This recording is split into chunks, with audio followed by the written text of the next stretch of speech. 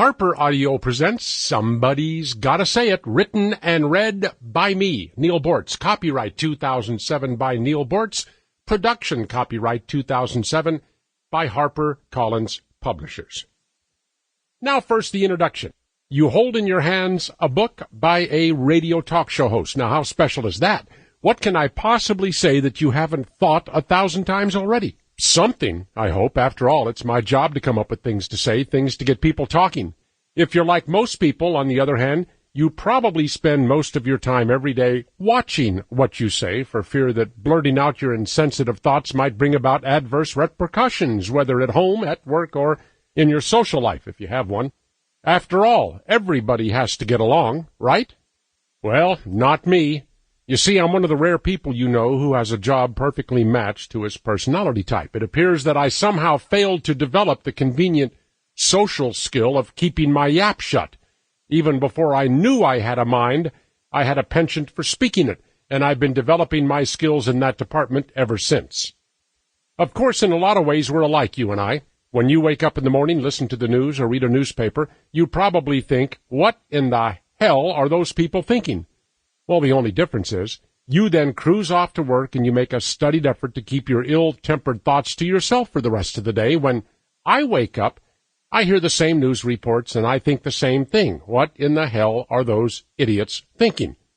But I'm lucky enough to be able to do something about it. Right away, I'm making plans to rip them a variety of new ones as soon as I get to work. I don't have to worry about the consequences of having opinions. For me, it's part of the job description. And such is the life of a radio talk show host.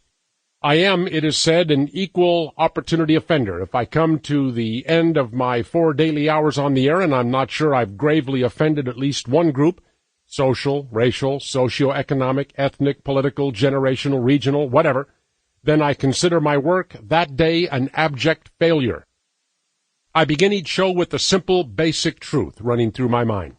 These people out there are doing these dangerous, stupid, sometimes hilarious, and often strange things, and they have no right not to be offended. And I'm here to see that these non-rights are recognized and respected. There are no taboos on my show. Race, gender, religion, national origin, political persuasion, it's all fair game. No political correctness here. People may be able to hide their illogical, sometimes downright moronic behavior behind the shield of a convenient group identity in their everyday lives, but not from me.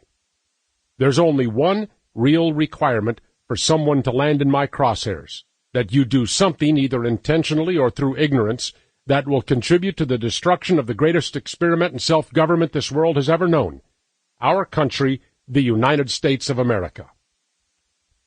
Many of my diatribes, of course, are aimed at liberals. These people actually think that America is great because of government. Such easy targets. But they're not the only ones. Theocons, for instance. Religious faith is fine, even admirable, but when you decide that your ideas on religion are so indisputably correct that everybody ought to live by them, it's time for a little talking to. The earth is only 6,000 years old. Yeah, spare me. Then there are the suburban soccer moms blissfully driving their urban assault vehicles adorned with those "My child is an honor student" bumper stickers to the repair shop to get the tires rotated on their riding vacuum cleaners. Somebody needs to have a serious talk with these women about the wisdom of turning their children over to the government to be educated, and since nobody else seems to be stepping up to the plate, I'm happy to do it. And what's this fascination with soccer, anyway? Are these overprotective parents afraid to let their precious little cutest child in the entire world play a game where they might get hit, or where someone might throw something at them?